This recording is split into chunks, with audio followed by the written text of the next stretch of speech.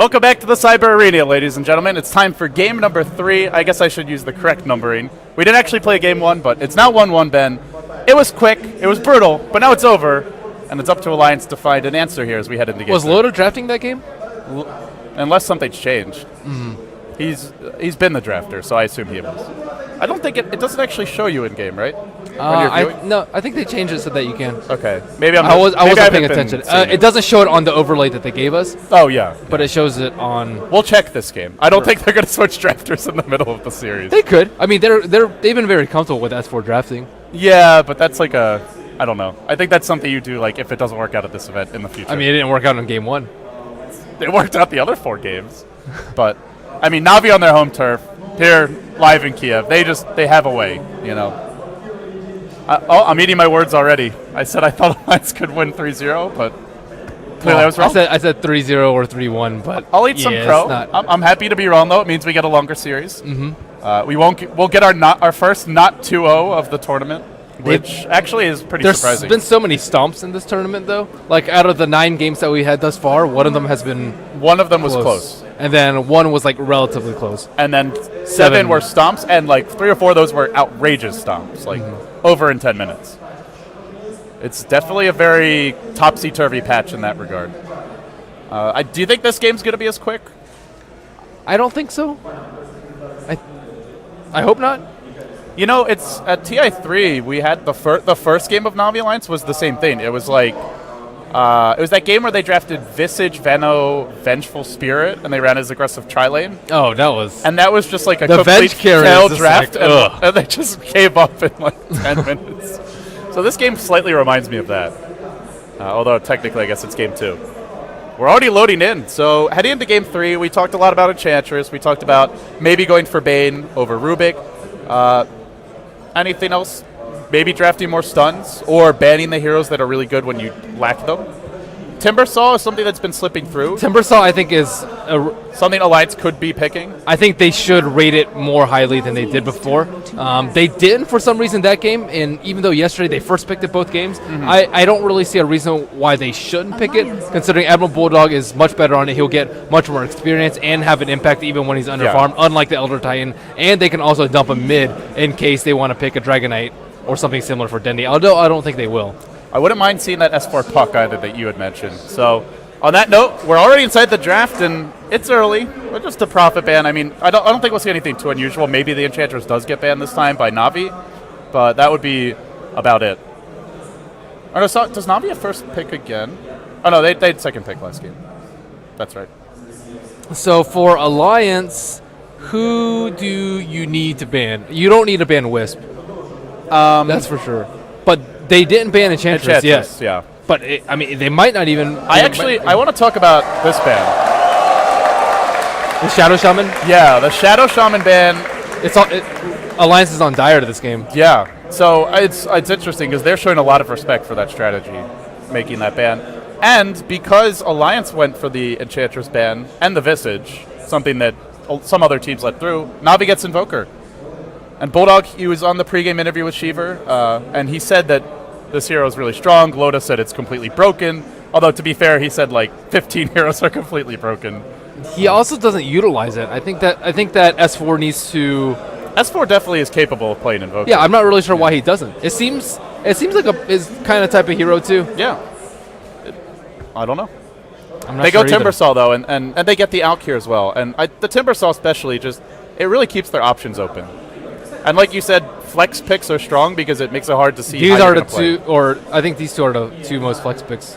Too. Most flexible heroes. Both can go solo mid. Timbersaw can go off lane. Out can play support. Maybe Nature's Prophet is more flexible. Slightly more. Although we don't really see like that 4 position Prophet anymore. So, and we don't see him in woods actually. It's always into the lane, at least at the start. But it's going to be a Luna from Na'Vi. So they go for it early. That is a very early Luna and this pick. time they don't have it with the Enchantress. Yeah, so Alliance, they're definitely going to ban 2 supports here. I don't see why they wouldn't. Yeah. Which supports do you ban? I think they ban Chen as 1 because it synergizes nicely with Luna, and banning junglers from Puppey I think is really important for them. And then aside from that, it's Crystal Maiden, Venno, and Rubik and Rubik, Bane. Yeah, I'd say probably Bane over Rubik. They have Alchemist. Alchemist super long range stun. True. I don't think they need to worry too much about it. And Alliance, they don't have to draft. They don't have to draft the. There's Chris. Did you mention Crystal Maiden? Yeah. Yeah. Okay. Yeah. Crystal Maiden definitely. But Navi's taking that out, surprisingly. But some people will say that Alchemist and Crystal Maiden are the strongest dual supports in the game right now. Yeah, and as a pair, they work really nicely. Both have long range initiation. The Crystal Maiden can jungle. The Alch can transition into a semi carry if he needs to. Just a well-rounded pair. But the Bane is going to be the ban from Alliance, so they get rid of a hero that they had trouble dealing with in game one. They already have one really good stun to deal with, Grip, here from the Alchemist pick. But still, Bane's frustrating to play against. Alliance could also take Chen for themselves, too. I think that Invoker and Luna, similar to Storm and Luna like we saw last game, they're very susceptible to ganks early, and Alliance just weren't able to put any pressure out with the Chen. Part of that was, I guess you could say creep luck, because Puppey got Dark Troll Warlord and Centaur almost right away. And right. The first creep that was a Hellbear Smasher. And then he got a Wildkin, so some of that came down to creep luck, but a lot of it just came down to Alliance not really wanting to pressure mid that much. Mm-hmm. It is hard to kill the Storm when you have a DK there before he hits level 6. How are you actually going to initiate on him? That was a big problem. And he got level 6 really late because of that first blood. So now we move into the next two bans. Alliance, one more support should come off here. Navi could be a support or it could be a farmer. I think a Lifestealer ban wouldn't be too bad. Pugna's out there. Don't know if he's going to be a choice for either of these teams. Alliance have run him. Mm-hmm. Navi's run him. But probably not going to see it with the Luna. Because they kind of fill that similar role. Normally the safe lane hero that pushes a lot early on. Yep. They're dipping into reserve time. And we'll see the picks in a moment here, I imagine. Lich and Clockwork off the board. Lich, a hero that teams seem to have wildly variant opinions on. They really do. Some teams think the hero is completely overrated and almost useless, and some teams think he's completely broken or at least very strong. I think he's situational. Yeah. I don't think he's worthy of a first. Oh my god. It gets interesting, guys. It gets interesting now. We have a Wisp. Then they follow up with a Tusk. This is the aggressive tri-lane we've seen from Alliance in the past that just completely face-rolled their opposition. VIII Gaming at EMS, that's right. And, well, it's a heal strat of sorts as a reply from Navi. They go Shadow Priest as well as Tree. Yeah, all four of these heroes are fantastic at pushing, too. Yeah. How are the lanes going to work for Navi? Can they deal with this aggressive tri-lane? I think they could just turn Luna into Superman. Superwoman. So sexist. Jeez. Yeah, this positioning will be important for them. And the one concern is that all Tree can do is really throw living armor. He can't actually harass. He can't really do anything in the lane. Mm-hmm. Generally, it seems like Tree's best when teams don't go aggressive and you could just farm and get levels and then help your solo mid win or help your off lane win. Right. Curious to see who the solo mid pick is going to be for Alliance. Could be the Timbersaw. Yeah. Alliance just scared of one more offlaner. Do you think a Puck would be good this game? For Alliance? Yeah. I think it's... I almost always think that Puck's good. Yeah. The only hero I don't really like him against is Shadow Fiend because I don't think he can keep him down. And Skywrath Mage is pretty tough as well. Yeah. But no one picks Skywrath. Yeah. Dragon Knight, I think he's also so-so against just because he gets caught out too often in team fights. Alliance looking to ban out one other offlane. I'm trying to think of what offlane would work well with Na'Vi right now. Or potentially they could do an aggressive try because they might expect an aggressive try from Alliance. Well, for now it's a Bristle Boss knocked off the board. This hero was an absolute terror in the G League finals earlier today. Literally unkillable. He had a heart, he had a Wisp backing him up, he's getting overcharged as well. And this would be an equally unkillable Bristleback in a different way because he'd have the Shallow Grave, the heals, the armor increase, and the living armor. So they don't want to give Na'Vi an unkillable frontline tank. So in that sense, seems like a sensible ban. So apparently Na'Vi were expecting a solo mid, Alk, or a Timbersaw. or a solo mid Alk rather, and banned out the Chen, I don't think that Alliance would have taken the Chen at that point. Yeah, I don't think so either. I mean, it could happen. Oh boy. Oh boy. Oh boy. Behold the Horn of Magnus. Did they get the last pick up? Yep, there it is, the TA. So S4 Magnus, and then that was like an insta pick onto the TA. Normally, if you're going for something like TA as your last pick, it's not like something you just slam down. You like think about it. Will Dendy not be mid for once?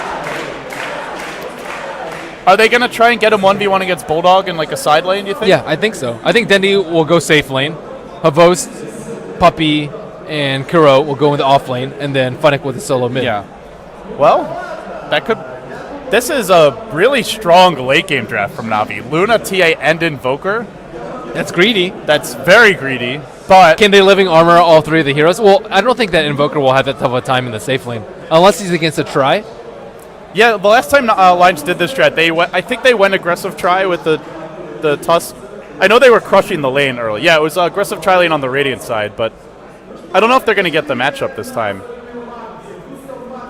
We'll have to wait and see, but guys, it's time now for Game 3 of this Best of 5, your Starladder Season 8 Grand Finals. Over 135,000 US dollars will be handed out to the players at the conclusion of today's action. And we'll start here on the side of the Swedes, the Alliance. S4 going to be playing his signature hero as the son of Magnus. He'll be taking the Magnus mid. We'll have EGM playing his sensational IO. Loda going to be handling the Alchemist, and Ake on the Tuskar. And last but not least, Mr. Bulldog himself on the safe lane Timbersaw. And on the side of Navi, we have Puppy on the support tree and protector, Avost on the Luna. Looks like he'll be farming the safe lane. Funnick looks like he has the solo mid TA build. Dendy might be the off lane Invoker. No, actually he's headed mid. So where is Funnick going to be? Funnick's just going to be in the safe lane. And last but not least, we have Kira on the Dazzle. So it looks like Alliance has actually not opted for the carry Tusk. It will be the support Tusk on Aki, and Loda will be on the Alchemist. It was a farming Tusk last time, right? Right, it was. So I'm surprised that they went with that instead. Tusk is not a bad support, but I feel like... Well, he's not a good carry. Yeah. But if he's an okay snowball, like semi-carry ganker. Mm-hmm. But you have to snowball. Right. Pun fully intended. No? Not even a chuckle? I've heard it too many times. Oh, here they go. Straight on the bottom lane, and they're going to start with the Ice Shards on the Funnick. He does manage to refract out the initial Alk stun, but they're just going to dive him. Do they go all the way? No. Good patience on the refraction. He needed to walk in here a little bit earlier so that they could block his path in. And Templar Assassin, he only had Share Tango, so he wouldn't have been able to eat his way in. And for Funnick, he was very patient there. Waited to refract until the stun was coming so he could dodge the biggest damage spell rather than using it just immediately, which is generally what you do when you see three heroes charge you. It's like, oh shit, I better use refraction. But he was very patient there. Well defended. And then I guess with that first blood attempt failing, now Navi know the lanes. Can Alliance still find a kill here? I'm surprised that Puppy didn't even use the armor for that. He hasn't even skilled it. Yeah, maybe he just wanted to bait them a little more. Yeah. Either that or he's just very confident that Funnick wasn't going to die. Or maybe he wants to use Leech Seed for an early kill. Although I don't think they're going to be able to get an early kill in this lane. Yeah, for the time being, both teams just trading. Navi opted for dual lanes, and it's going to be a Luna Dazzle against the Timbersaw. Pretty good dual lane to harass the Timbersaw back. Do we have in-game sounds? I don't believe we do. Our producer Roman has gotten up for a moment, but we'll try and notify him when he comes back. I think we've had it some games, but not in our headsets, so I'm not actually sure if the stream's getting it or not. If they're not, I'm sure they're yelling right now. But, guys, we do apologize. If there's no in-game sound, we'll try and get it sorted as soon as possible. But bottom lane, Alliance still tri-laning. They have hit matched at level 2, and Ake he has not opted for Snowball. He actually picks up the Frozen Sigil instead, which got buffed quite a bit in a recent patch. You should definitely take at least 1 point in Frozen Sigil, I think by 4 for sure. Some people will take it earlier, but it's a really good skill. And it also assists with tower diving. Well, not going with a greedy build at all. No points in Greevil's Greed as of yet. In terms of the mid matchup, S4 versus Dendi looks fairly even. 11-5 on Invoker, 10-2 on the Magnus. Yeah, and Dendi... They're just smoke. Oh, wait, no, they're not smoke. But they're just walking mid. Charging out of the bottom lane. Are they just going to abandon the off lane here, do you think? Looks like they're just going to head top. Can they make a go on Dendi? S4 does have a level 2 skewer, but that's a really difficult tower dive. Yep, there's been a lane rotation too. Kiro and Havos are now on bottom, and Funnick is soloing Bulldog in the off lane. So Na'Vi, they're going to end up with the Luna defensive tri-lane here against an off lane Alk. This is not an easy lane for Alk. I mean, sure, you could drop Acid Spray and just try and get a little CS that way, but if he ever gets caught out and the trees are ranged to Leech Seed, that's going to be an easy first blood. Yep. Aki and Wisp, I'm not actually sure if they can kill Funnick. I'm not really sure why they rotated top. Just feeling like, I mean, I guess they're going to fall behind if they're not getting kills bottom. So that is one concern, I suppose. Oh, they're rotating the whole entire lane now. Loda has TP top.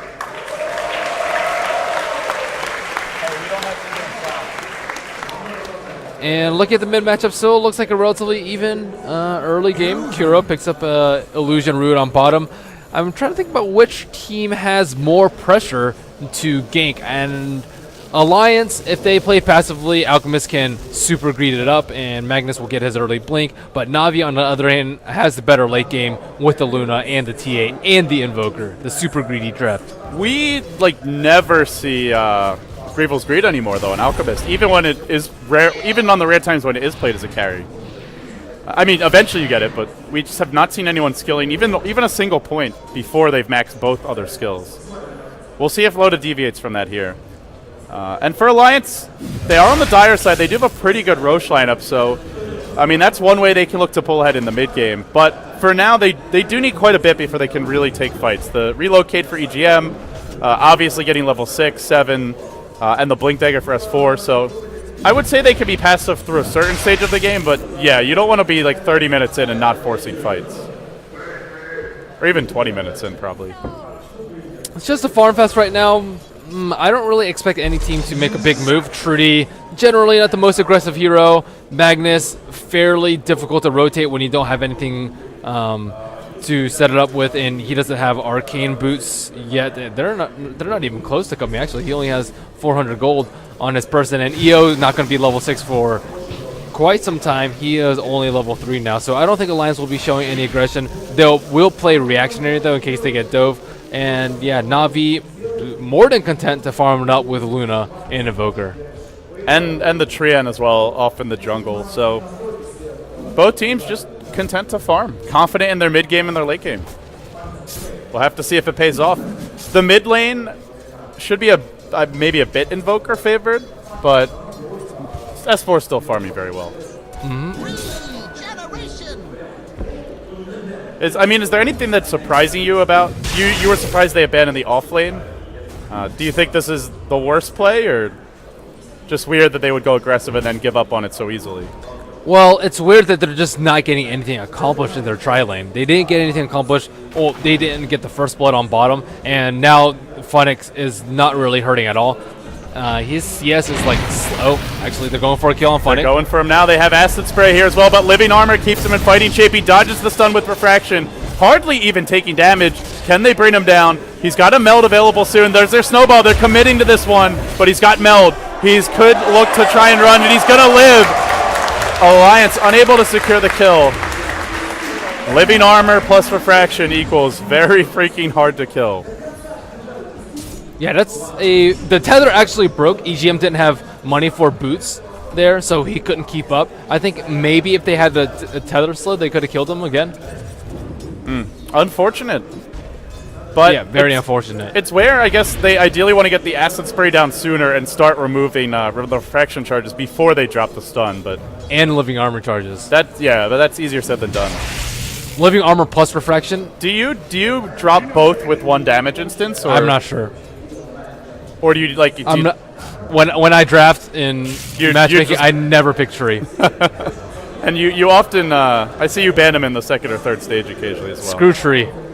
He's a good hero though. I just generally don't like his playstyle. I think the hero's fine as is. I don't think he's overpowered. Yeah, he's just annoying to play against. Yeah, he's super annoying. And you play a lot of mid, and that's where he's the most annoying to play against. It really is. It's literally a 2v1 mid, but for now it's a 1v1 unless you count the Forge Spirits, and Dendy's using them pretty effectively. He'll scout the top rune. He'll rush the Forge Staff here. Already's picked up Arena of Regen. S4 Arcane's online. He's still farming very well and keeping quite even with Dendy. Very slow start compared to game one. Neither team looking for those early kills, aside from Alliance's attempts in lane, but they have not been rotating around the map. And Na'Vi de-wards this ward on top, so I don't think Alliance will be able to play aggressively at all for some time to come. S4 just playing safe in mid. Over/under on when first blood's going to happen? I'd say under 12 minutes. 12 minutes? Once the That's way too late of a line. Way too late? Yeah. Wisp isn't level 6 yet. Yeah, I would. There's an Eclipse online, and that's actually a concern for Alliance. Does Havost have an early TP? He does. They have to be careful about a tower dive here. They might want to make a go on this TA, but that could really cost them if they go in. Plus, there's Sunstrike that can come through as well. It's very hard to go on this TA now. It's if you think about it. Super hard. There's so much backing up. Offlane TA, level 5 with 13 CS against a tri-lane. That's got to be like the best offlane They're going for a kill. I've ever seen.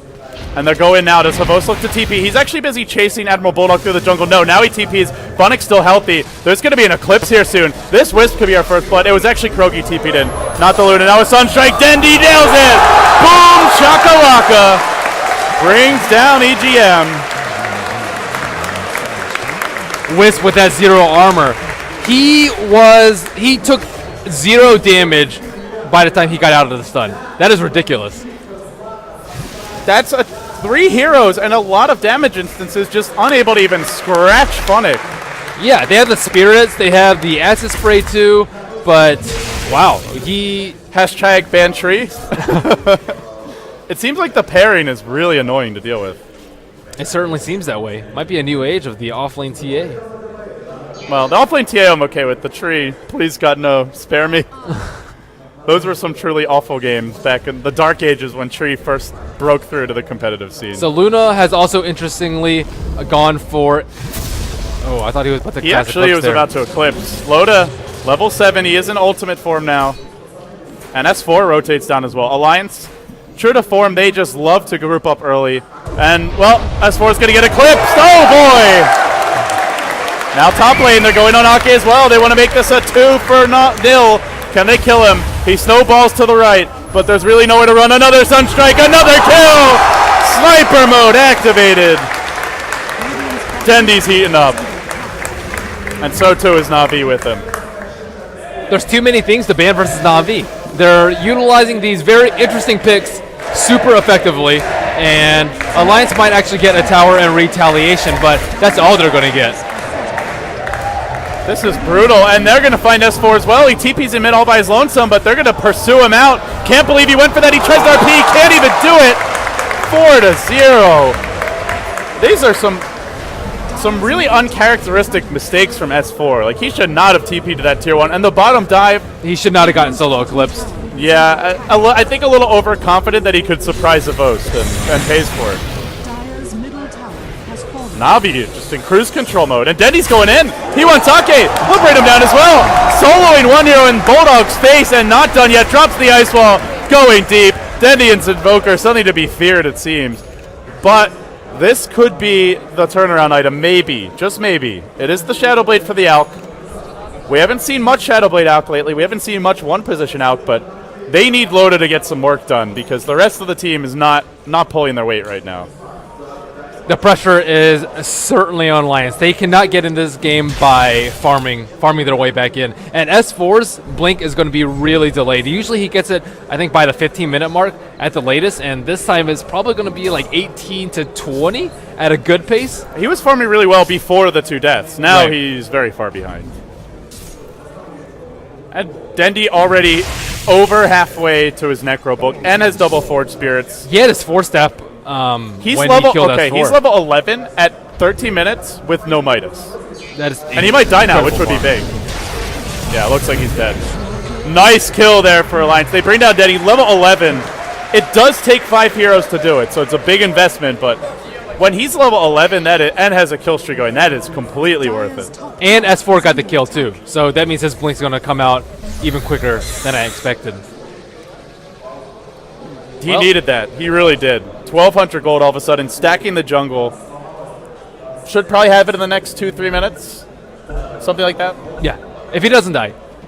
And Wisp still not level 6 either. Tusk still not level 6. So even though Alliance have not had a lot of things going for them in the first 12, 13 minutes of the game, it looks like they're pinging out Funnick. He's invis here. He might look to make a go in Loda. There's a Sunstrike available soon once Dendi respawns, but they won't go for it yet. And Funnick's just going to TP out. Space created. Space created indeed. But now, once they have the Blink Dagger, once they have the Relocate as well as the Walrus Punch, they should be able to get some kills because they're just really lacking on mobility right now. Na'Vi able to predict where they're going to go, just cast Living Armor, and that is usually a failed gank. Can they get enough kills? Because Na'Vi basically have a Tricore, right? And you need to keep all 3 of these heroes down. It's actually that strategy that was really popular back in 2010. We saw eHome running it. But that was before Smoke was in the game.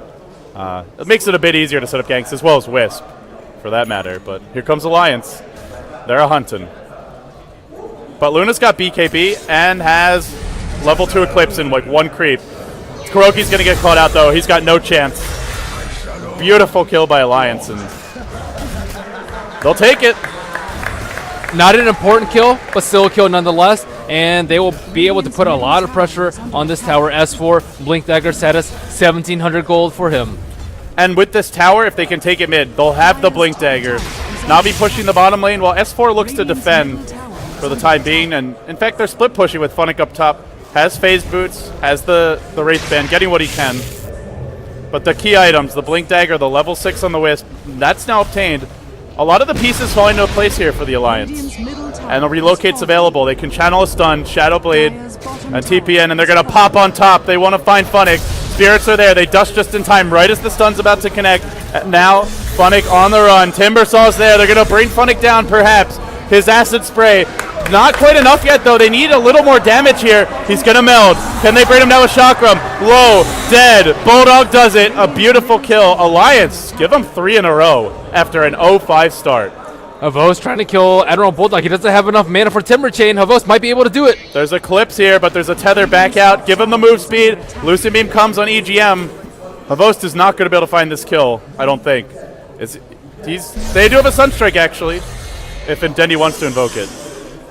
But not going to go for it. That was a lot of time wasted, too. Space created.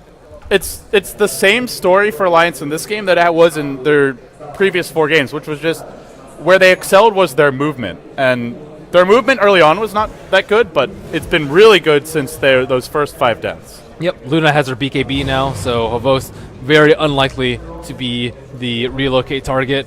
And Magnus has his blink, so S4, after those 2 really rough deaths for him, is right back in the game.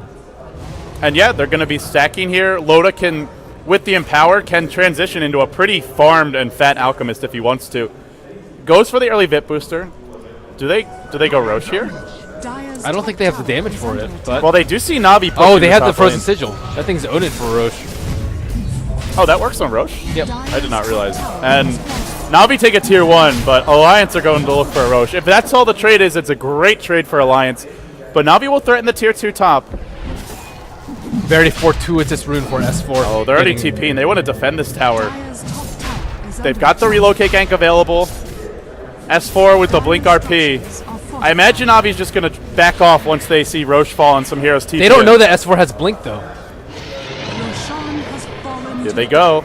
Potentially. Towers dropping It's too low. dangerous. Nope, they're not going to defend. Na'Vi take 2 towers for a Roche. Now that's a pretty even trade. Maybe even slightly favoring. Well, not favoring Na'Vi, but I would say it's favoring Na'Vi. that's a lot of gold. But then again, Alliance is underhanded at this point, so a slightly favorable trade for Na'Vi is about as good a trade as they're going to get. And it also depends what do they do with the Aegis. If they make plays with it, win a big team fight, then it's worth it. If they just, farm evenly from here, then Alliance comes out ahead in terms, or Na'Vi comes out ahead in terms of gold. Loda got a casual Vit booster, which is a little bit surprising. He needs HP for Eclipse burst, but he also needs armor against the Meld burst from And the Luna. Forge Spirits as well. And the Dazzle. It's actually a minus armor strat from Na'Vi, something we didn't talk about. And they're getting a medallion on Puppy. Not easy itemization for Loda this game. How much minus armor do they have? -8 from Refraction. The Dazzle can give you, in theory, like a ridiculous amount. Another -6 from the tree. Or 5, I guess. And then the Forge Spirits. I mean, this is like easily -20 plus armor if it all stacks up. Loda doing the Ancient Stack with Empower. I think they also need a BKB too, or else he's just going to get rooted and die. Yeah, Cold Snap. They have a lot of ways to kite him. Right. Cold Snap, the tree ult. And he's not their only damage, but he's their only physical damage. And with Luna already having a BKB, him being able to hit in these fights is going to matter. The gold, the experience, have slowed. The experience actually has trickled back towards Alliance. The gold is going still Na'Vi's way as they group up top again, but there's no tier 2 to take this time. And Alliance, I think, realizing that Na'Vi is all over their jungle, are going to back off a bit. And certainly now they've spotted out quite a few heroes rotating through. Pretty hard to ward over here. And yeah, they were just taking control of the opponent's jungle right now. We see a smoke from Admiral Bulldog, S4, and Aki. They're looking to make things happen right now. Looks like Na'Vi are grouped up in mid, but not close enough for RP just yet. Yeah, they have 5 here with the Wisp relocate if they want to go for it. This is dangerous. I still don't know if they saw the blink on Mag. Well, S4, he's going to make a jump soon, perhaps. Nope. Just going to Shockwave.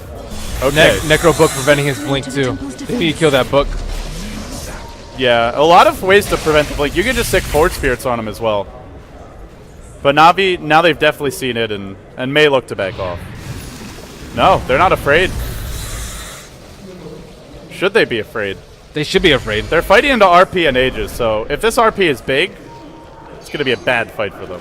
So it looks like Alk with the casual Vit booster as well as the plate mail, so I think he'll be able to survive the Eclipse burst. We haven't seen any Shallow Grave as of yet. He's also gone a very atypical build with a 1-2-4 build on Dazzle. Usually you see Max Poison Touch if you want to gank, which he really hasn't been doing. For defensive builds, Max Shadow Wave and Max Shadow Wave and Shallow Grave is best, but you don't really need the 1 Poison Touch. I don't really think it's that good of a value point. Yeah, and I think the Grave of the 2 defensive abilities does scale the best, as we see Loda running in, looking to channel a stun. I mean, you look at the range for Shallow Grave at level 1, and it's pretty bad. This is level 2, but 550, not even a range to your auto attack. And the cooldown reduction is massive. Yes. And it means if you have it maxed, you can stand really far back and get it off safely. But Alliance will just stubbornly hang on to mid while Na'Vi also stubbornly continues to push and mount their assault. They're not really committing to anything much yet. Are they going to go here, or do they just want to keep Alliance bottled up for the duration of this Aegis?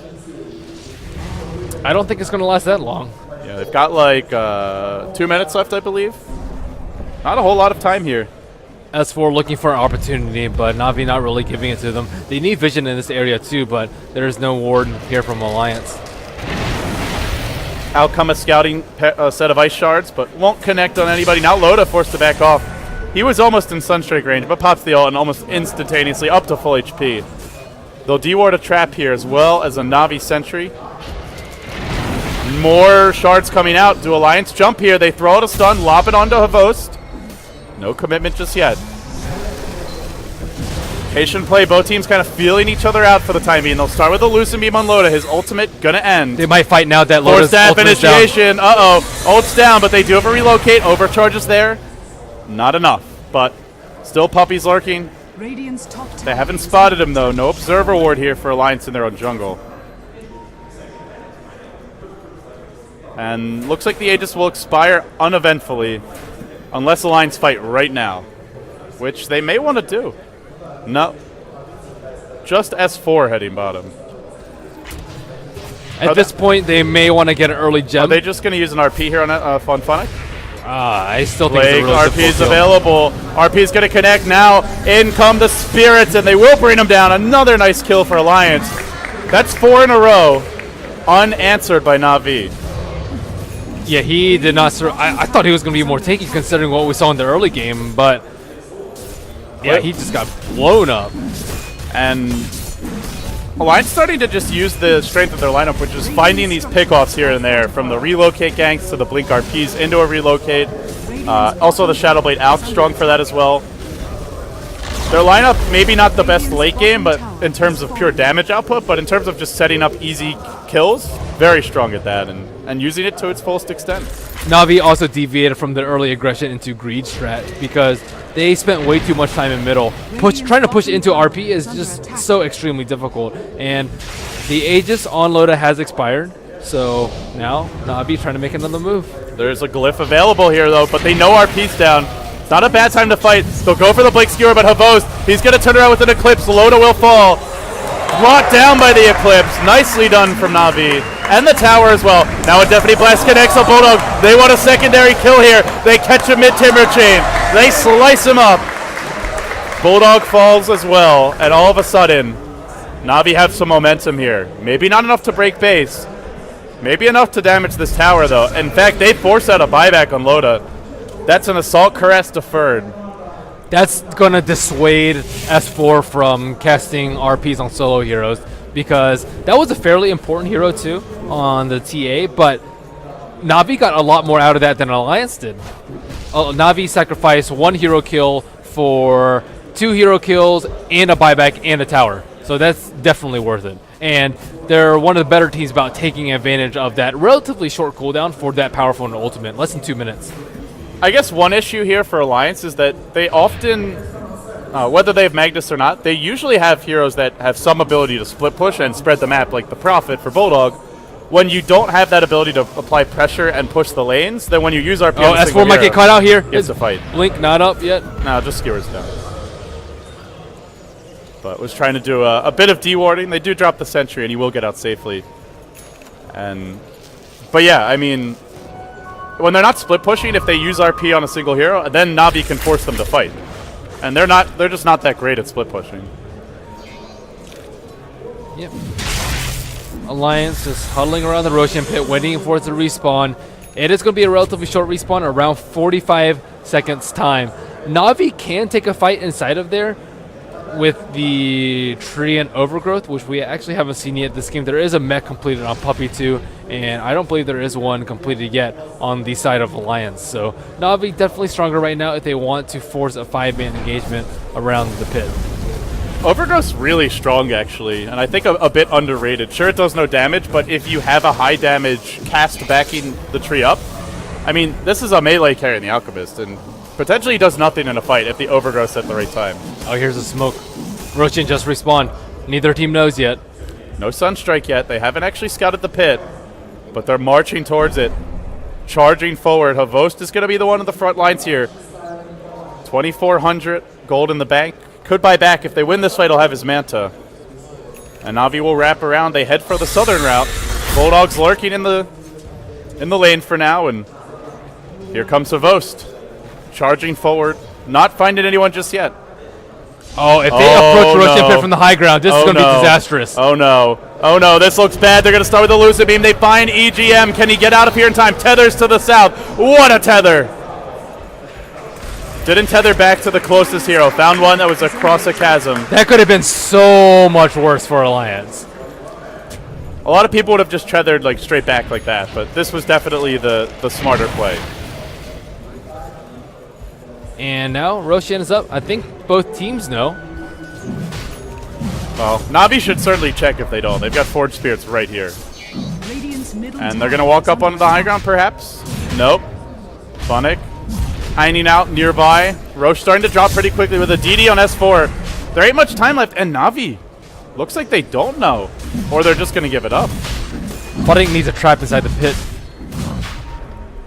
Yeah, very unusual not to see any traps in the pit. Alliance do not have a gem. They don't have sentries. Would have been able to spot this, but it's a free Roche for the Alliance. It will fall. It goes to Loda. Now a Sunstrike comes in, but it's far too late. And they're going to look to pick a fight here. Na'Vi are actually looking to pick a fight into the Aegis. This is very aggressive from them. And there's a completed AC on Loda. Here comes the meatball. Doing DC damage, but an RP connects on 3. But Loda still falls. They bring him down. The Midas armor's too much, even with the Aegis. And EGM not able to assist him in that fight. Now Bulldog, he'll go down to one more club from that fist. And they force themselves forward. They jump onto Loda. Havost chasing him back, driving him back. And now they're going to find a Wisp as well. Make it 3-0 and an Aegis down. Was that a tactical not BKB by Havost there? I think so, actually. I don't know. That's amazing how fast Loda dropped as well. I believe the Shadow Priest got or Dazzle rather, got his ultimate off on him. And they have the... how I expected that fight to go, he didn't dodge an unstable concoction. He clearly saw it coming. He didn't see it from Fog, or he didn't cast it from Fog. And then they just let Luna almost die, and then just completely turn the fight around with the heal, the Shallow Grave into the heal, into the Overgrowth, and then they control the fight from there. And it's not like S4 got a bad RP. He had a 3-man RP. Yeah, he did, and I think one of the issues there is the Wisp got separated from... the Alchemist as well. Yeah, they weren't together, and he dropped a lot faster not having overcharge. So that seemed to hurt them quite a bit, but... Yeah, and Loda without his or when he respawns with Aegis doesn't have Chemical Rage. Real easy to bring down. He almost died a second time.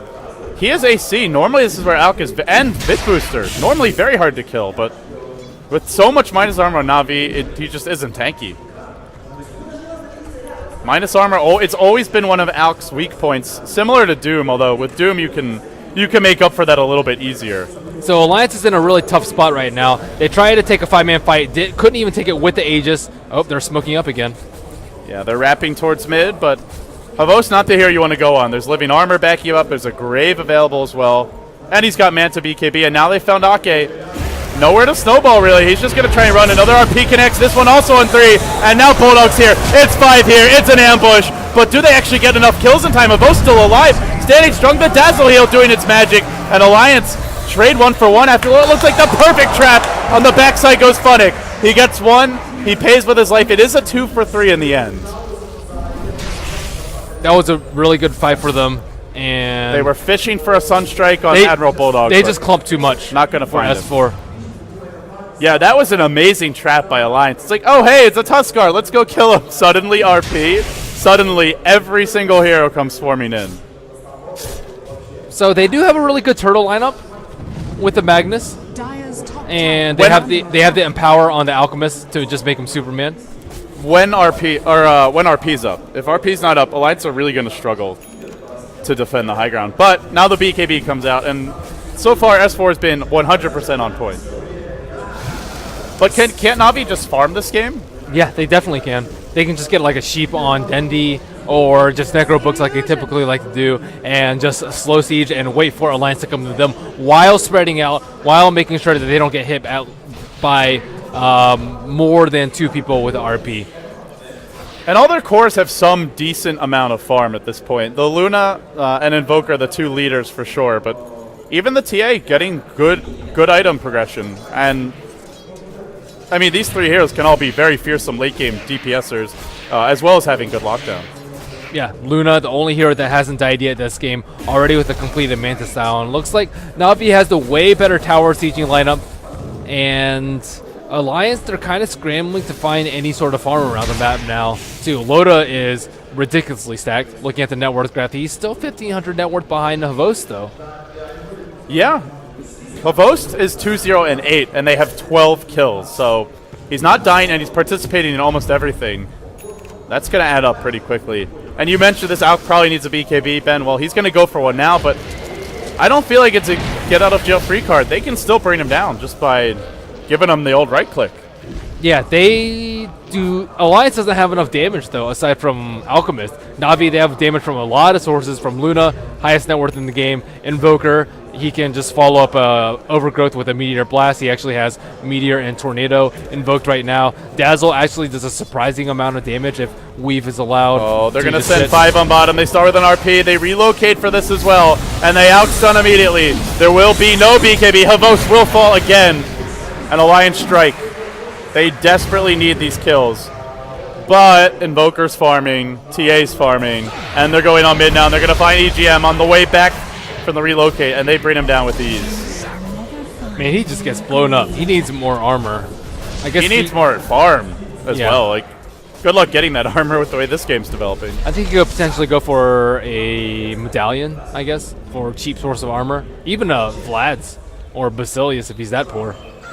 Yeah, we'll have to see if he, even just a chainmail wouldn't be too bad. But we'll have to see if he can farm even that.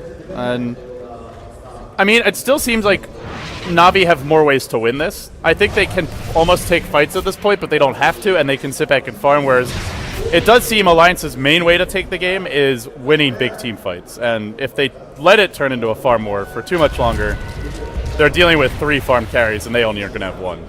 Mm-hmm. So let's see where S4 is going to move. He is pretty much the only playmaker for Alliance right now. Maybe they can find someone with the Shadow Blade, but Na'Vi hasn't really been put in too vulnerable positions aside from Luna. But Luna has her HRD now. She can definitely stack Ancients and just get huge, get a Butterfly, or even get a Lincoln's. There's no way to pop the Lincolns except for an Alchemist stun. So I think that would be really good for her. And I guess a Walrus Punch, but I don't even know if it blocks it. It's actually no, you're right. It doesn't, because it's a buff on. Yeah, it's a buff on yourself. So yeah, yeah. Well, he is going Butterfly, by the way. So one of the supports could farm on Lincolns too, but I think once they do that, they can just slow siege and just let Luna stand by herself with everyone sitting way far apart, so they don't get clumped in with the RP, and then just try and save her from there. Loda continues to farm. Generally, it's a basher at this point. It's got to come down to S4, right? I mean, it's really S4. If he doesn't hit a big RP, it gives you flashbacks, doesn't it? This used to be how Alliance would win a lot of their games, was one big RP from S4 to rule them all. But hard to find those when Na'Vi aren't grouping. They're content just to farm here. Also, if Na'Vi can potentially counter gank, like if Dazzle is sitting somewhere where they think an RP is about to happen and they turn it around with an Eclipse, it's low chance, but it's better than losing map control because you're constantly afraid of relocate ganks. Dendi just continues to push out the top lane, picks up an Ultimate Orb, and will work his way towards a Scythe of Vice. That's a big item for them and can really punish the Blink initiation if S4 ever forgets to BKB, or if he just gets caught by a Na'Vi surprise attack. And the BKBs for now are very fresh, but as the game goes on, it'll become more and more relevant. Havos Butterfly nearly complete. Your TA probably going to build towards something like a Desolator for Funnick and not too far off of it. Even more minus armor. Who could say no to that? But not there just yet. Both teams with their eye on Roshan. Right now, you see like Bulldog constantly 30 checking seconds in. to go, I think? Yeah, 15. Not much time remaining. Alliance might be able to pull a fast one here, and it will be a basher for Loda. BKB basher, Abyssal Blade should come next, and just goes for the maximum single target lockdown man fight build. His net worth is actually way ahead of Luna's right now. Oh, actually only 1,000 ahead, but he was like 2,000 gold behind. The ancient stacking with Empower. Grievel's Greed pretty good. But I don't know how far the gold's going to go, is my concern. I mean, even with Empowered, he's not always going to have it because of the BKB, and a lot of these Na'Vi heroes probably use the farm better in the ultra late game. Like a Luna, you'd rather be 6-slot on Luna than Alka, I imagine. Right. And similar for, I mean, having TA Invoker, they use that farm really well too. It's the only way they're getting a decent advantage in the farm war, though. Without the Grievel's Greed, they would fall really far behind due to how farmed Havos is and how fast he farms. And they are pretty far behind. 10k gold down, 10k experience down, but not overwhelmingly so. And Na'Vi are actually going double Butterfly here. And Loda's not going to really have room for an MKB unless he wants to sell this VIP booster. He may be forced to, because if he doesn't have BKB or MKB, then they're going to be very hard to kill. And they will get the Roche. Alliance claim it again. This one's cheese. A nice pickup for them. But at this point, it's fair to ask the question, what are they going to do with it? Because just getting it doesn't seem like a guaranteed win. It certainly does not. And Na'Vi, they have traps in good places. One at Roche, one at the Ancient Stack, but just not really able to do anything with it just because Tree is such a passive hero. Well, you say good places, but they just, the Roche just got melted and they did nothing about it. At least they knew. Yeah. At least they knew they were giving it up for free. Well, more items on the agenda for Na'Vi. Or Smoking. But Alliance, yeah, they're the ones looking to force the tempo here. The relocate will come, and it'll suddenly be a big blob of 4 beefy melee heroes and a Wisp showing up for the party. Can they find that great opening for S4? Is there going to be a big RP? We all wait with bated breath as Havost lumbers right into Alliance the second that they move off the hill. How incredibly unfortunate. And now there's an RP. It's only on Funnick, but they're going to bring him down. They relocate for this as well, and they do kill Funnick once again. Snipe after snipe from Alliance. Yeah, they're getting small kills, but the gold graph has just kind of stabilized, still around 10,000. Na'Vi not looking to take a big fight right now because Alliance still has the Aegis and the G's. And they'll have it for quite some time. The Cheese actually went to S4. Maybe something he can look to pass to this Wisp, depending on how the fight develops. You can heal through the tether with that, but only if you're missing a lot of HP. So we'll see. Loda comes up high ground, and Denny immediately scatters. By the way, he has completed Scythe. We'll see a Tornado. We'll see Loda jacking some Ancients. And it's back to the top lane to farm. And they've warded it up, too. So Na'Vi won't be able to utilize that for 3 minutes. Yeah, surprisingly no gem on either team. No, Denny just picked one up, it looks like.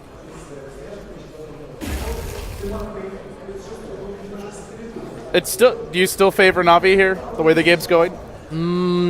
Yes, with the Hex, I think they have the potential for pickoffs, which they didn't really have before.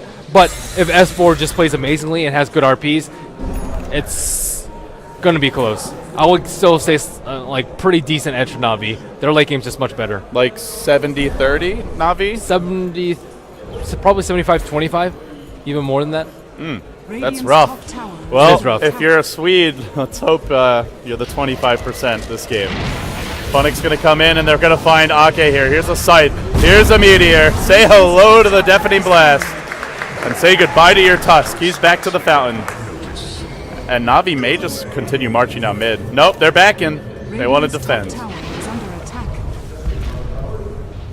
Funnick's going to charge in, looking for Loda here. The Acid Spray gets deployed, and they'll back off to farm. Butterfly should be nearly done, I think. He's had this Eagle Horn for a while. Yeah, he's had it for a pretty long time now. Well, I guess he did die earlier, so. Slowing him down a bit, but Na'Vi just, I guess the gold lead's starting to dissipate a bit with, you know, a kill here, a kill there, giving up a few extra ones to Alliance. And what was once a 10k gold lead is now down to a 6k gold lead, and they're going to look to find another key kill here on Havost. Blink, there's your initiation from Bulldog, and now they go with S4 as well. They jump him, and they beat him up in the alley. And Havost is the next Na'Vi hero to drop. Alliance, the hits just keep on coming. Yeah, he could have BKB TP'd if he had a TP, but they can't interrupt it with a Walrus Punch. So And an RP. Yeah. Which they had Didn't even need to use. Yeah, they didn't even need to use. But they certainly can if they do.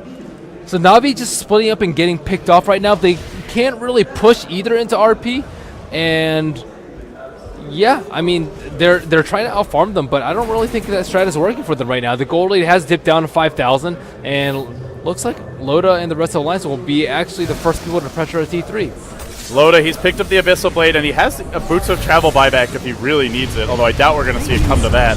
The armor gets dropped on the tower, but Loda just keeps on smacking away. In comes Funnick as well. Not engaging just yet, but Loda's on the front lines and continues to clear the wave, and he does it quickly. Now he finds the Centaur. He will get stunned by the Centaur to start. Now a Scythe to follow. Or sorry, I'm seeing things. It's been a long day, but they'll back off now. They did good damage to this tower, though. Doesn't matter, though. They have a tree. Now your ice shards come out. Are they going to go in? Nope. And yeah, if they don't actually take towers, it really doesn't matter. Yep, they're going to be backing off. Is it a fake back, though? They have vision now. This could be the time for them to go. Give him the old loop-de-loop, perhaps? Dendy has a gem. Loda's going to get caught out here. He gets sight, and now focused by an Eclipse. Both hesitate for just a second there, but it's not nearly enough damage. Now BKB Eclipse are down. This is the time for Alliance to turn the fight if they can. The shard's slightly too short. There's no stun being channeled by Avos. He just wants to get in range for an Abyssal Blade, but the Manta's going to come out, keeping him alive for the time being. And on the north side, your TA dukes it out with Aki. He gets punched right up in the air, but still at full HP. S4 haunting for an RP. Has not found one yet. Dendy gets Grave. What a Grave from Kuroki. Bails him out. And now a 4 here. Overgrowth. Huge teamfight combination. Massive damage done here this day. At S4 on the run. Now Scythe. He'll make it for Alliance self-destructing. And Na'Vi in their home turf. Just running roughshod all over the Swedes. That Grave, such well timed by Kuroki there. Sick Grave, sick Overgrowth, and Dendy was ready with the AoE Wombo combo from the Invoker. And this second buyback from Alchemist. Killer Instinct engaged once again. The Alch buys back, but there's no RP for this fight. How much can they really do here? No Aegis available any longer, but they'll go for a Blink Skewer. This could turn it around a bit. Just kidding. There's a BKB, and the glaives started bouncing. Loda's losing the man fight because it's not a fair fight. It's not 1v1. In fact, there's backup here. They're bringing him low. Funnick is still diving. He's actually going towards the fountain. Now he's going to back off, and now Puppey caught out by Ake. Bulldog's falling on the sides of the fight, but the real focus should be on the racks. That's what they're going to go for. Funnick in over his head will go down, but it's still a Rax most likely. Actually, Puppey falling as well. But Havost and Dendy, that Rax is almost dead. Sunstrike just off the mark. The Forge Spirits are going to bring it down. The huge victory here, taking the Rax, even for that many bodies, well worth the trade. Yep, and the buyback on Alchemist too. So Alchemist is, yeah, he's fairly close to being 6-slotted. He has 3,500 gold even after that buyback. I don't know where Loda's farming all this gold, but even after that, Luna has more net worth. Come from behind Dagon? I mean, there's a lot of other useful items he could have gotten. Shiva, Scythe. I think he just wants to burst people down before they can get graved. Can he burst down this Dazzle? Pretty tanky already. Ogre Club, Point Booster, and an Urn. 1470 HP. Yeah, that's a lot of gold to invest in a Dagon. Well, there's an RP bottom. They're going to relocate onto Dendy. He's completely focused, but the Graves there again from Kuroki. He's been on point all day long. Now Dendy drops the Tornado, and he heads for the high ground. He heads for the hills. Can he get out of here? No. Blink from S4 ends his ambitions of living. And he drops a gem, so a nice pick-off from Alliance here. Yeah, big picks by S4, though. They're utilizing the relocate plus RP very, very well this game. It's pretty much the only thing that's kept them in this game. It really is. It feels like the only thing keeping them in this game. Those pickoffs. If they ever have to team fight, it just seems like they just don't have the damage. I mean, such a timely gank on Dendy too, right before they take Roshan. The Aegis and Cheese will fall into their lap, but what are they going to do with it? Last time it didn't really help them that much. They still lost the racks with it. They can try and force a buyback from Dendy. That's what they He'll be up. He'll be up in time, it looks like. Well, the thing is, the tower's not even healed up. I don't really know what Puppey's been living armor, but it has not been this T3 tower. And well, it's up now. Like right now, he could be using it. Yeah, it should be using it. Well, they have a good 15-second window. Oh, there you go. Right as we say that, he starts using it. Here comes Loda in the front lines. The Alk not feeling as beefy as he used to, but still, he'll breach the base and he'll start to work on the tower. Clears it out. There's no glyph up yet. And with Overcharge, this is going to be a very fast tower kill. Unless Na'Vi want to fight. Bulldog leaping in. They try and focus Avos. The Grave is there once again from Kuro. So timely with it. Now the BKB forced out from both carries. And they will retreat. Sunstrike comes in but does almost nothing. Well, the Dagon wasn't enough there. They didn't kill the tower. And it will continue to receive some assistance from the tree, I imagine. By the way, for this Dazzle, interesting build, he's gone Aghanims. Axe is really good on him. Well, it actually got buffed too, I think. It What, do you remember what the buff was exactly? It used to be like 18, 12, 18, 24, or something like that. 18, 24, 30. One of those two, I think, probably the former. 12, 18, 24, and then 30 seconds if you have your ult duration. But then they reworked it so that it lasts the same duration, but it just increases the amount of armor that you increase or decrease per level up of the skill. So pretty much it just makes it stronger and faster. Before it was stronger, but it just took longer.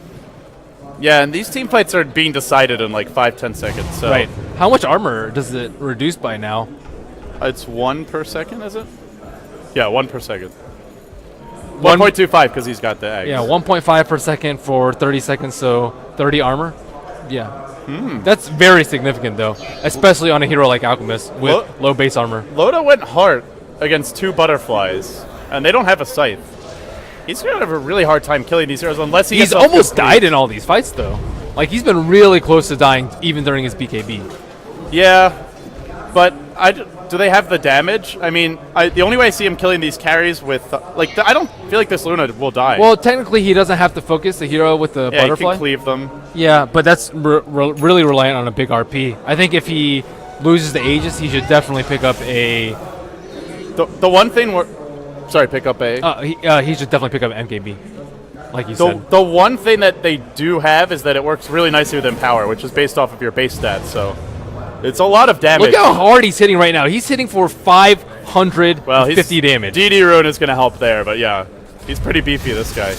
They'll look to siege, but this time the tower's at full HP. Healthier than it was last time. And Loda's going to do it again. He'll head on, but he gets Scythed immediately.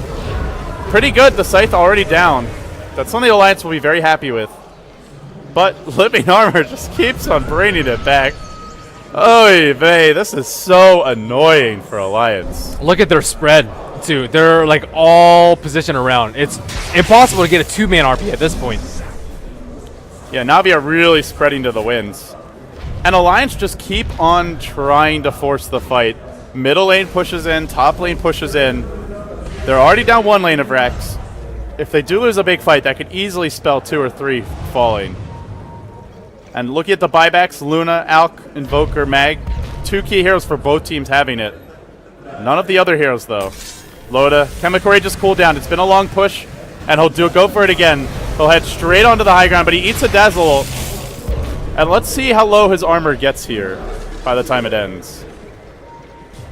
It might go negative just from the Dazzle, actually. Yeah, it'll go negative. Yeah, and then that's not counting the Forge Spirits, the TA meld either. It would go like close to -20, I think, with both. Yeah, TA no Desolator yet. But yeah, with the dual butterfly, they are fairly survivable because, I mean, they did go butterflies, so I guess the Dagon is really good versus that. Admiral Bulldog has Dagon 4 right now. I don't. When's the last time you've seen a Dagon on a Timber? When are we gonna see that E-play? But hold that thought because they've gone in now and they found Ake. He is gonna instantly die, but they don't get Loda. He's the key prize.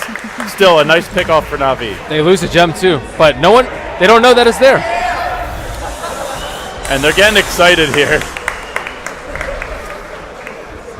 Na'Vi fans feeling good despite that 0-1 start from the winner's bracket advantage already. It's 1-1 and looks like it might be headed their way with the Tricore really coming into full swing now. 50 minutes in. The TA's a bit under farm, but Habost is almost maxed. And they'll take down the range Rex here. Nice, Manta. Dodging the stun, really well played. And Na'Vi will go for 2 lanes of Rex. They're going to commit to this push. Aegis down in 30 seconds. Maybe they should wait those 30 seconds. But I don't know if they will. Habost is feeling like nobody can kill him. If S4 finds a good opportunity. Dendy did manage to snipe the tower. And finding a good opportunity gets harder and harder now. Like you said, just a really good spread from The Aegis is right about to expire. So this is a really bad time for Alchemist to run, and I think he knows. And now the Aegis is down. Na'Vi have very little fear about forcing the issue.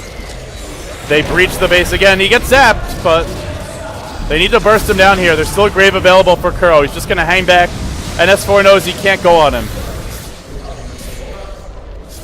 Not like that.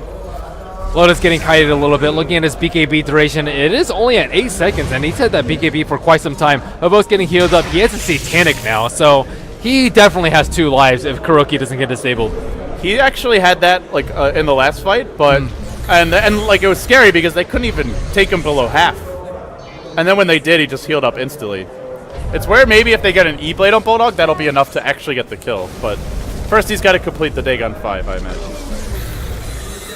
Havost is not getting any chip damage at all, which is usually what you can rely on with an Alchemist and a Timber Saw. Also, looks like Na'Vi is actually beating on the range Rex too. So this thing is already at half HP, and Na'Vi, with the Aegis down, have this small window of opportunity to do as much damage as possible.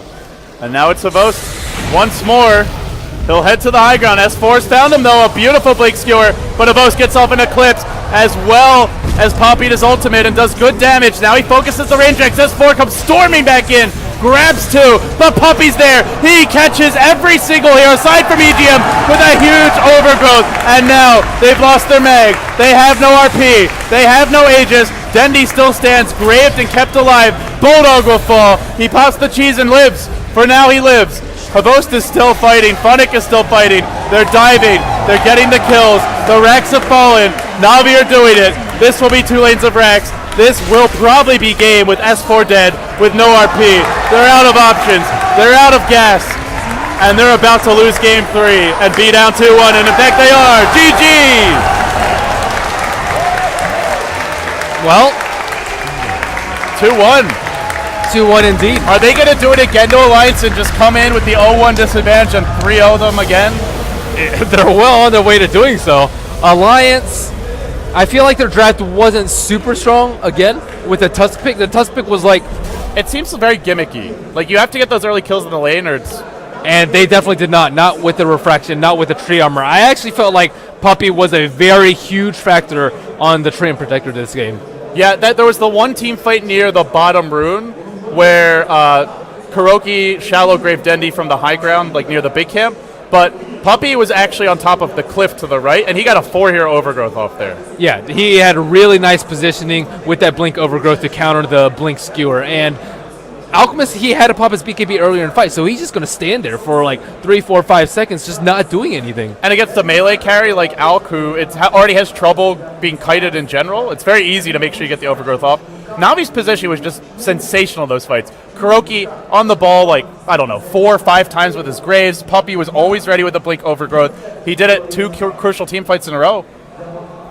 Good supports win games. Alliance didn't play bad either. They had lots of pickoffs, but Na'Vi were just solid, and they had the lineup that was just going to have the edge in the late game. They drafted greedier, and Alliance wasn't able to punish them for it. I think that Funnick didn't really have that much of an effect. I think his biggest impact was in the first 15 minutes, where the 2 supports were forced to mess with him instead of getting the levels that they needed and playing greedy like the Na'Vi supports. They invested a lot. The tri-lane gank failed initially bottom, then they couldn't kill him top with living armor. I mean, it was a big investment, and it didn't pay off.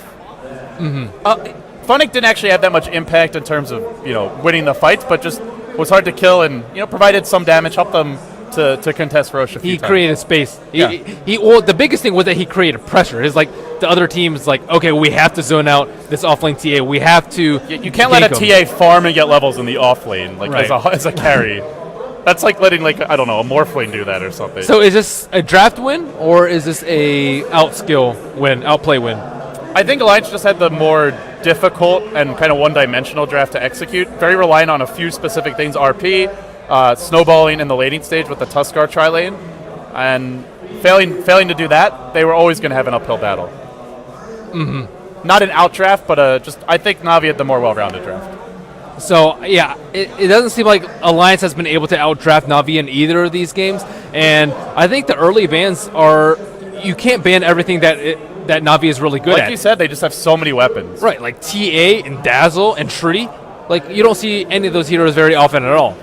It's like, where was this Na'Vi on day one? Yeah, really. They've got like a billion strategies, but they weren't using them then. Only when they're on the brink of elimination. They want to make it interesting, and they want to give us as many matches as possible here. Well, they've certainly delivered on that promise, well, guys. That means they have to lose the next game. Yeah. And now they have Alliance right where they want them, which is on the ropes. Alliance has to win 2 in a row. I wouldn't count either team out, though. It could really go either way. Who do you think's going to win? Na'Vi 3-1?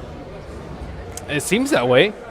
It just seems like Alliance can't get that early game lead, and Navi's able to really, really punish them for it. Yeah. Like Fnatic got an early game lead, and they weren't able to punish them for falling behind, but Na'Vi just completely decimated them. Yeah, I think the funny thing is it's like kind of ironic, right? Because Alliance used to be the team that would always out-greed their opponents, and they're losing to more greed. It's tough to deal with. Well, guys, with that being said, that puts Game 3 into the books. Na'Vi now leading 2-1. This could be yet another Starladder win for them. If they do it twice in a row to Alliance, at that point you have to say maybe Na'Vi just flat out have the edge on them in terms of the head-to-head matchup, and it's starting to feel that way even before this event. Not at TI3, though. Not at the one event where it really mattered the most. Well, they had them on the ropes in Game 5, but that's ancient history at this point, guys. We'll take a quick break. I'm LD. He's Merlini. We're here from Beyond the Summit, casting on behalf of Starladder, and we'll be back with Game 4, potentially our final game after this short commercial break.